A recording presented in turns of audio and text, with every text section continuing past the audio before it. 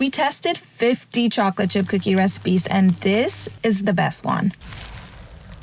If you introduce yourself as someone who makes the best chocolate chip cookie, you immediately appear to be more trustworthy. Let's learn this recipe together. The number one secret to a perfect chocolate chip cookie is to brown your butter. It adds that nutty, rich depth of flavor that you would find in your local bakery. So when I finally decided to make this recipe, I realized the recipe is in their bio. When I clicked on the bio, I realized the recipe is in a separate link. When I clicked on that link, it took me to a whole separate gallery of recipes that I have to scroll down so far to find the cookie recipe. And when I clicked into the cookie recipe, I have to watch ads and read through the author's entire life story to get to the ingredients. I hate when people do stuff like that. So to make it easy for all of you, I have listed the ingredients on my Instagram, link in bio.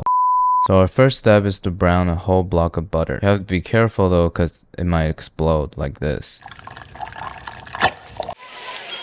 And once it's so foamy, you can't tell if it's brown or not, it's probably time to take it out. You lose some of the water during the browning process, so we recommend adding a few tablespoons back in. I'm gonna put some ice cubes in it, because ice in hot oil sounds pretty fun. For a chewy, soft texture, we recommend using a mixture of bread and all-purpose flour. So 1 3/4 cup of AP flour. Whenever the recipe requires a mixture of flours, I just use all-purpose. It's called all-purpose for a reason, along with a teaspoon of salt and a teaspoon of baking soda. We also like adding in a teaspoon of espresso powder to enhance the chocolate flavor.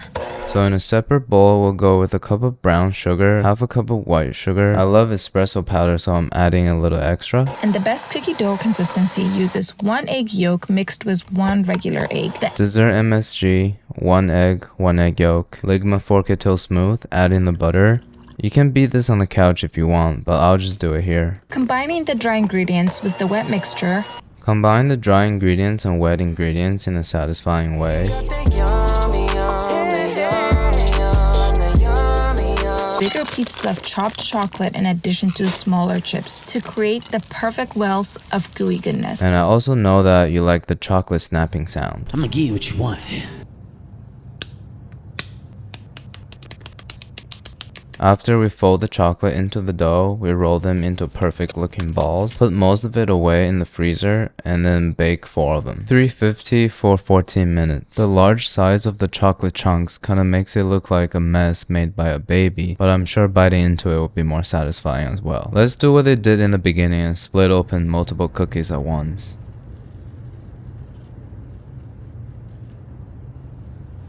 Yeah, a bite out of these will max out my dopamine level. Let's give it a taste and rate it 1 through 10.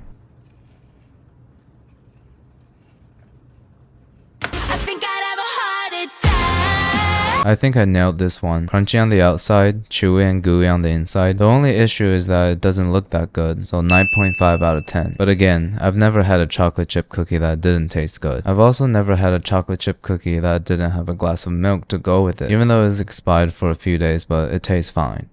Alright, thank you.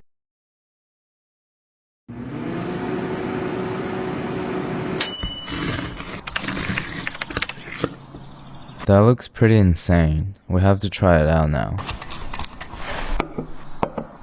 Well, first, butter the cup for later use. What's the point of buttering it if we're just gonna eat it straight out of the cup? Senator, I don't know.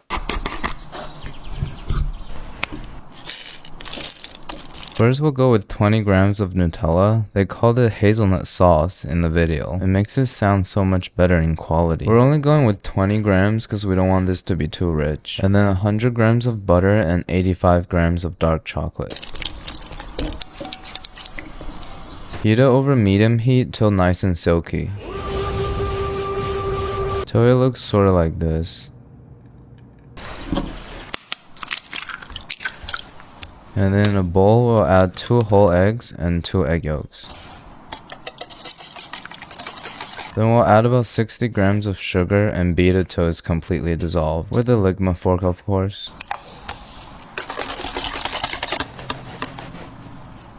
Now we'll pour in the chocolate mixture from earlier and then keep folding it till it's smooth. We don't want to beat too much air into it because we want it to be dense, like my head.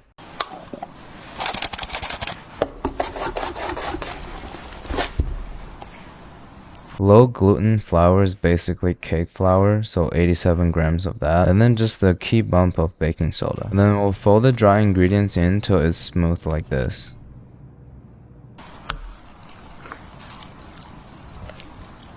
Oh man, that was satisfying. I'll give you the same thing.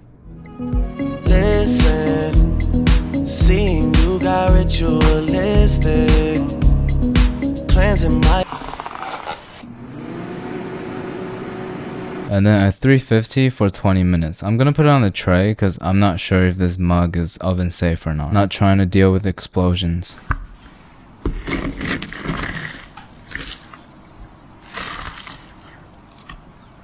So we're gonna let it cool for about 10 minutes before digging in. But overall, I think this is looking pretty close to the original. I'm just gonna skip posting this on Instagram because I've learned enough words that implies feces from you guys. So we'll just taste it and rate it 1 through 10.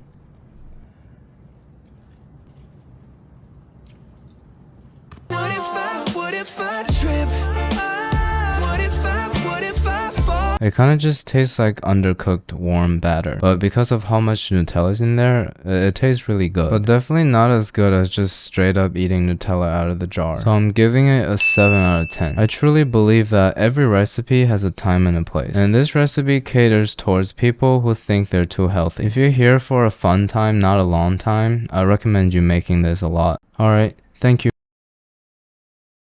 Beef birria queso tacos with consomme. Today we're gonna learn from our beloved Chef John to make some beef birria queso taco with consomme.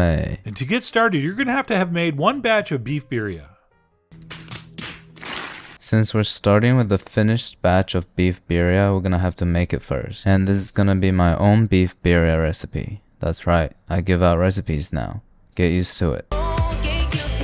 So we're gonna first clean out 4 different types of dried chiles. I used ancho, guajillo, pasilla, and these red small stuff I found in the corner of the pantry. After we clean out the seeds, we'll set aside and then make our sachet, consisting of 3 bay leaves, 1 cinnamon stick, some thyme, and black peppercorns. You can use cheesecloth, but I'm using a tea bag here since it's my favorite activity. And finally, grab about 8 cloves of garlic, and now it's time to start handling the meat. We're gonna season some oxtail with salt and pepper before searing them. And you might start to wonder, birria means goat, so where's the goat? Well, I'm the goat.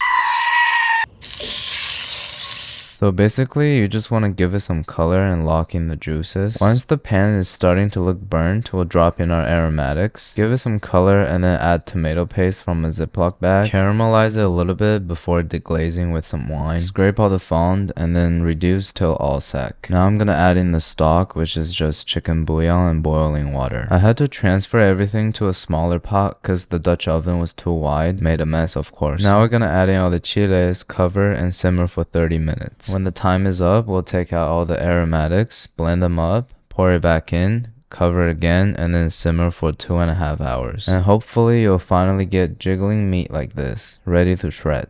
Alright, time to go back to the instructions. We will shred this beef before we use it. And of course, how much you shred it's going to be up to you. Although personally, I do prefer to shred mine fairly fine. Whenever the instructions offers a personal preference, you always go with the bare minimum. So I'm just gonna shred it a little bit. While we move on to build our taco. And to do that, we will put a couple teaspoons of that reserve fat in a skillet that we have set over medium heat. So I'm just gonna dunk the whole tortilla into the broth because that's how people on the internet do it. Oh, and also don't use tongs to flip these things because you're gonna tear them. Mine seems to be working fine, so I'll take the risk. We'll go ahead and scatter over our cheese, which in my case is some beautiful Monterey Jack. You guys are gonna be proud of me because I actually got Oaxaca cheese. So we're gonna shred it and then put it on our taco. And then once our cheese is down, we'll go ahead and top that with our beef. Once the cheese is nice and melted, we'll top it off with our beef. We're gonna dip a ladle into our consomme and drizzle over about a tablespoon onto each taco, which of course is gonna add moisture to the beef. I mean, to stay consistent, I feel like I need to make sure all the tacos in my house stays as dry as possible. So I'm just gonna start folding it. Which is a big old spoon of diced white onions and freshly chopped cilantro. Guess I folded too early. Don't worry, we'll add it back later. And then basically at this point, these are done when you want them to be done. And I want them to be done right about now. And then classically, our consomme will be garnished with some more white onions and cilantro. So our tacos are pretty much ready. It's looking very good. The most important part is to get the cheese nice and melted. There's nothing worse than biting into cold cheese. Now we'll top everything with white onion and cilantro. We're gonna have to spread the taco open to stuff them in. I don't have lime for the acidity, so I'm just gonna put some pickle juice on everything. Before we taste, we gotta give it a ligma sound check. Alright, finally comes the time to dink it and sink it, then rate it 1 through 10.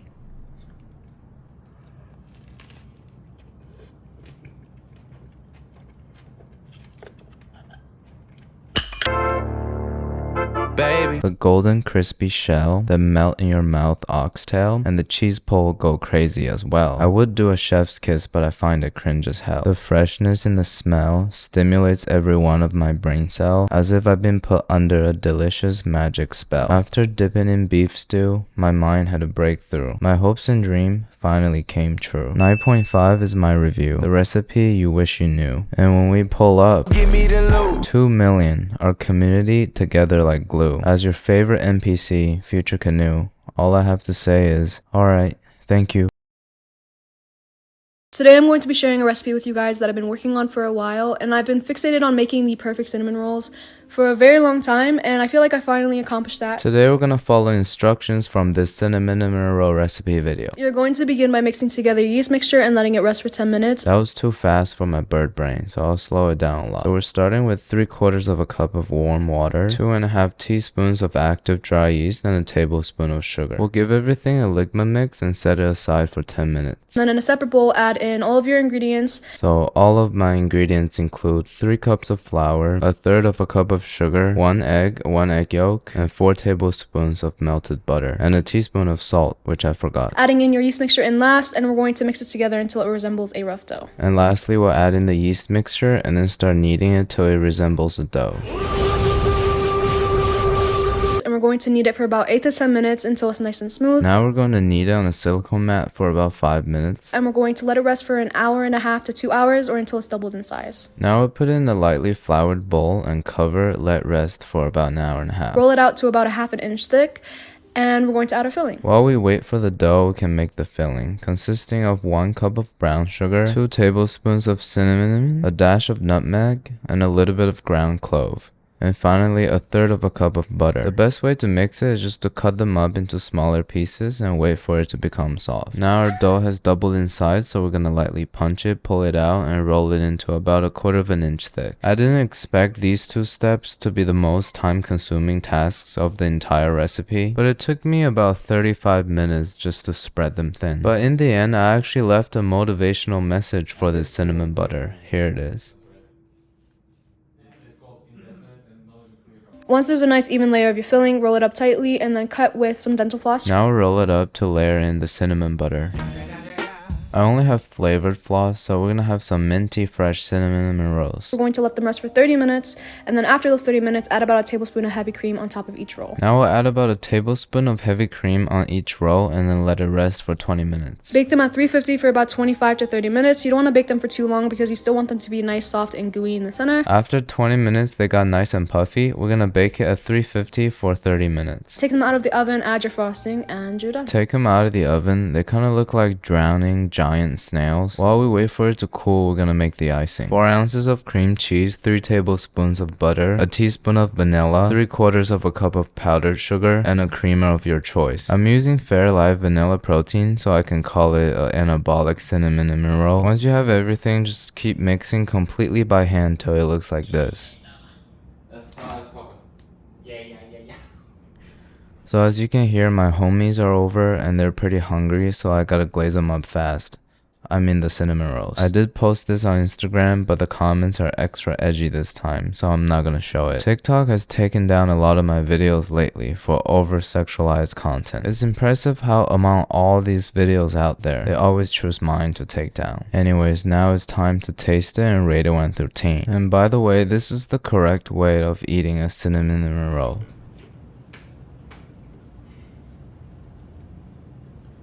That is not the correct way to eat a cinnamon roll.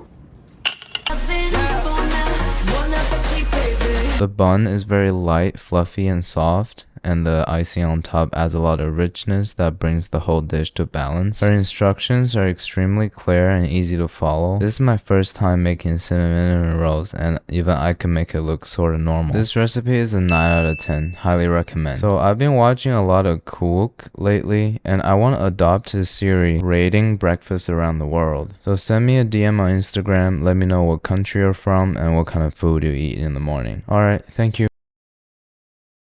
Today we're making some Oreo cream cups, and it's so easy to make. It only takes 4 ingredients. Today we're back with Patrick to make an Oreo cream cake cup. First, we're gonna mix together 24 crushed up Oreos. First we'll start by crushing 12 Oreos, and just like my last weekend activities, they're double stuffed. And then throw your Oreos like how Bayashi throws cheese. Then you can crush them up with a girthy object of your choice. And as always, don't ask me why I'm so good at this motion. And 5 tablespoons of melted butter.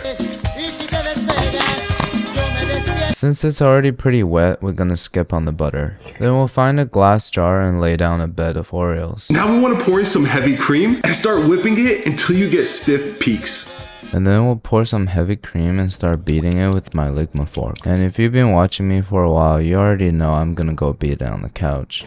When you're constipated, you can't shit. Nobody will give you shit. You gotta live the world like that. And then we'll mix a little bit of the crumbs into the cream and stuff it into the cup.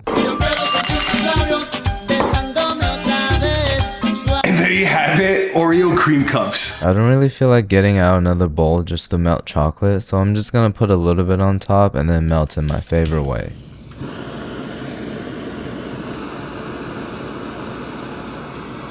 Once it's starting to turn into charcoal, we'll flatten them with a spoon and top it off with a decorative cookie. This is actually looking like a proper dessert that people charge $5 for at a touristy spot. Now it's time to give it a taste and rate it 1 through 10.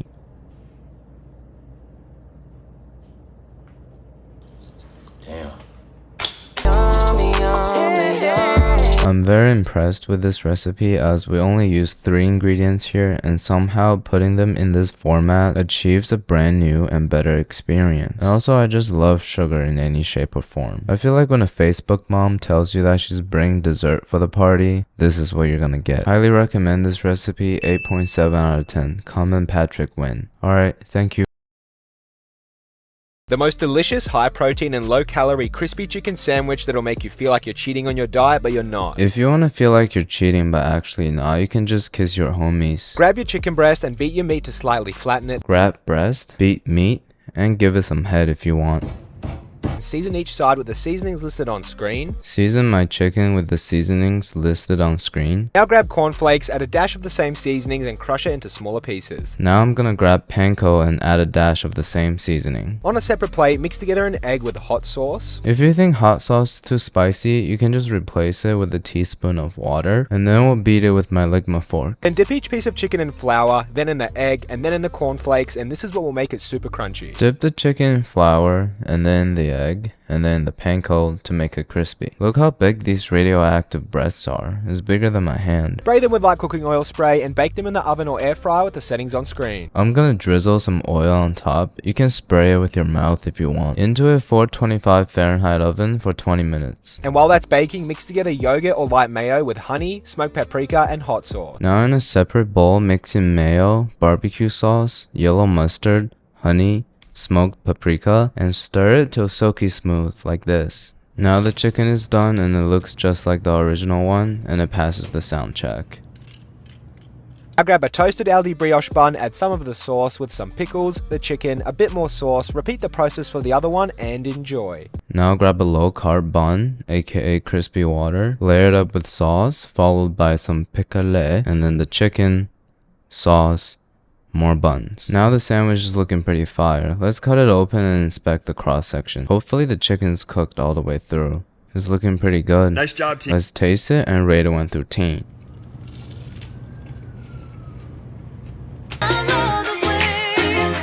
I love the way it makes me feel like I'm cheating on my diet, but I'm not. I'm gonna give it a 9 out of 10. It tastes surprisingly good. The crust is crispy and the inside is pretty juicy and flavorful. But I suspect it's because I haven't had real fried chicken in a really long time. So I decided to make Joshua Wiseman's 2 types of fried chicken for my next YouTube video. Stay tuned. Alright, thank you.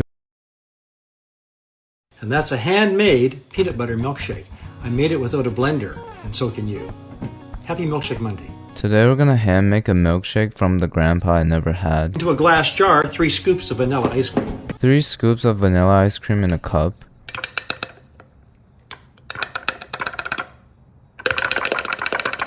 Half a cup of milk. Half a cup of milk. Stir with a fork until almost blended. Takes about maybe 10 seconds. Stir with the Ligma fork till almost blended.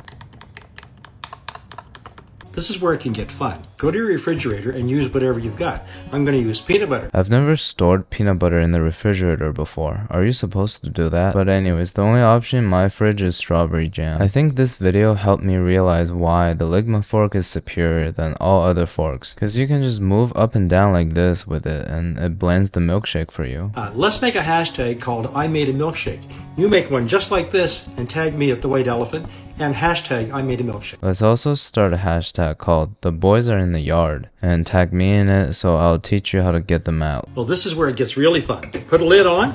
Maybe this is why they call them milkshakes. This cup doesn't really have a lid, so I'll wrap it in plastic and shake it.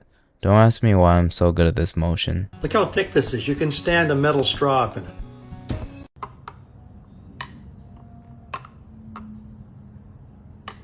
Alright, time to give it a taste and rate it 1 through 10. Damn.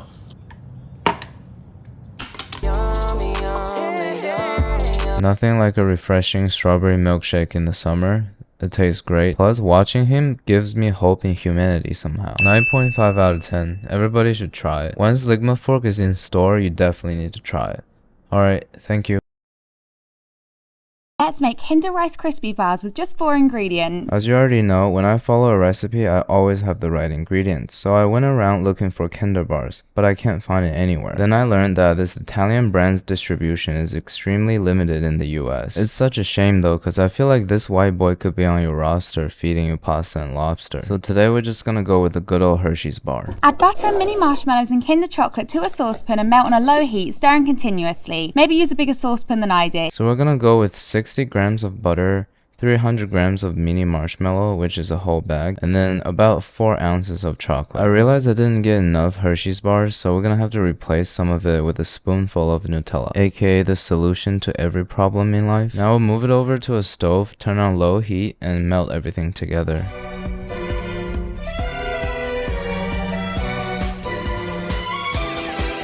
Stir until it looks silky like this. Pour Rice Krispies into a large bowl, then pour the marshmallow mix over the top and stir everything together until fully combined. I don't have Rice Krispies, so we're gonna go with some Cheerios. Look, it can even help me lower my cholesterol from eating pocket bacons. We'll pour 125 grams of cereal into a bowl. The next part is super satisfying, so I'll give you a slow-mo. Listen, seeing you got ritualistic. Scoop it into a lined tin and use a wet spoon or glass to push it down. Then we'll mix it together thoroughly. It's a much bigger pain in the rear than I expected. Pour it into a hotel pan and then spread it out evenly. Melt Kinder chocolate in the microwave and stir until smooth. Then pour it over the base and spread it out. Give it a shake for a really smooth finish. We'll melt these in the microwave and then pour it over this thing. Decorate with mini Kinder bars if you wish and refrigerate for about an hour or until set. And that's it. Enjoy! I officially ran out of chocolate, so we're gonna decorate with blueberries because we're healthy like that. I think this is looking pretty good. What do you guys think?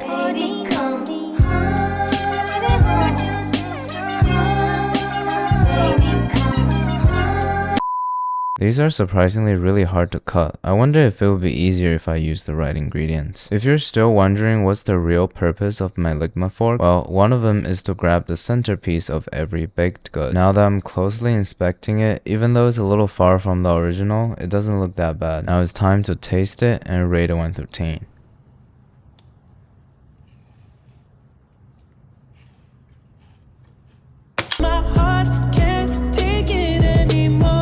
Maybe it's because of the Cheerio. This is a really tough thing to take a bite out of. It's overwhelmingly sweet. There's not much flavor. I'm sure the original recipe is a 10 out of 10, but my execution today is a 5 out of 10. Alright, thank you.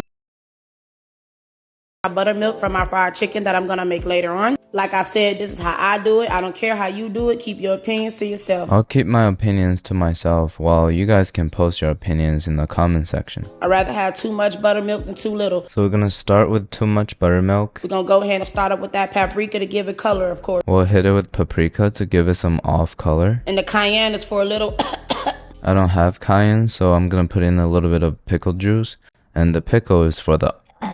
I use this seasoned salt. I like to use salt-free because when I use that other seasoned salt, my feet get too fat and I don't like all that. I didn't know salt-free seasoning existed, but I just use normal salt because when my feet gets bigger, I kind of like it. I'm going to use a pinch of this, and I do mean a pinch. And a pinch of Old Bay seasoning. This is what it looks like before you mix it up. Now let's go ahead and mix it up. We still mixing. I'm just going to put in the chicken and mix it together because I don't want to do any extra dishes. So now my chicken just got done soaking in Clorox water and vinegar. Now we're going to go ahead and drop it in here so it can get ready for tonight. My chicken just got done soaking in radioactive liquid and I'm cutting it directly above the bowl to avoid washing cutting boards. In my opinion, it needs to be in here for 3 hours or more. You want to make sure you mix it up real good, give it an even coat all over so when it's soaking, you feel me? I feel you. So we gotta mix it up to get it soaking. I'm gonna cover it and marinate overnight. The chicken has been soaking the whole night and we're left with no instructions. So I'm gonna use my special talent, winging the recipe. Famous food influencers, all they do is winning it. Well, all Future Canoe does is winging it. So I'm just gonna dredge the chicken tenders in flour that's been seasoned with onion, garlic, paprika, and MSG. And then we can bow down to its size and girth. Once everything's dredged, we'll fry it at 350 for about 7 to 8 minutes. Or until it looks something like this. After sprinkling some salt on it, we'll give it a Ligma sound check. Now let's cut it open with the hopes that the inside is cooked all the way through. Nice job, team. Let's taste it and rate it 1 through 10.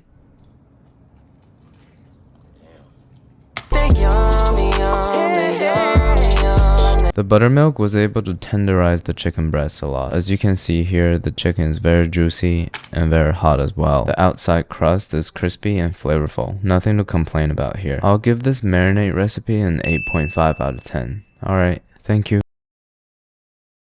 Mezcla huevo y fresa y te chuparás los dedos. Our last attempt in making leche flan didn't go so well, so we're back at it again. The instructions are in Spanish, so if you don't speak it, don't worry, I'm gonna translate every word for you, because I'm an expert in español. En el vaso de la licuadora agregamos 1 libra de fresa y 5 huevos.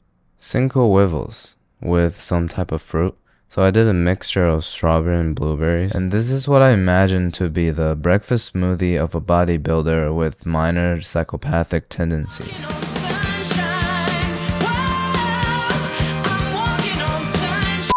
1 lata de leche evaporada. 1 can of condensed milk. Y 1 lata de leche condensada. And 1 can of condensed milk. Chorrito de vainilla. Since our food processor is having a hard time containing itself, we're gonna blend it first before we add in the vanilla. We'll tilt the whole machine to pour into a container, so this way we can perfectly minimize the mess. After we clean everything up, we'll add some vanilla and mix it up. En la cacerola agregamos media taza de azúcar blanca. Some sugar blanca. Un chorrito de agua y dejamos cocinar. Some water from a water bottle. And just let it sit there to caramelize. Y agregamos caramelo al molde. Make sure nothing's moldy. Cuando el caramelo ya está frío, agregamos la mezcla. Now the mixture is silky smooth and we pour it on top of the caramel. Colocamos una servilleta en una olla honda. Paper towels in the pot. Ponemos el molde. Put the covered up mixture on top. Y le agregamos agua. And some water on the bottom. Tapamos y llevamos a cocinar por 1 hora 15 minutos. And then we'll cook for about an hour. Wow, vean qué rico queda. Wow, I just realized mold infestation is the default look of most of my dishes. Y así queda de rico, rico. The strawberries are starting to look like radioactive chicken.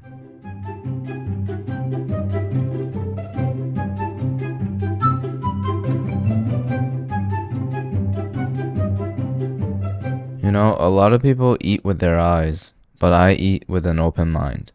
Let's give it a taste and rate it 1 through 10.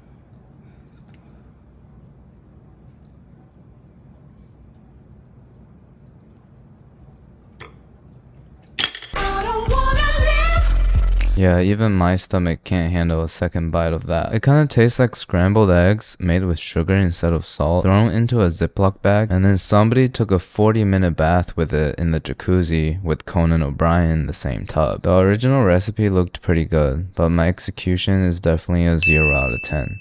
Alright, thank you.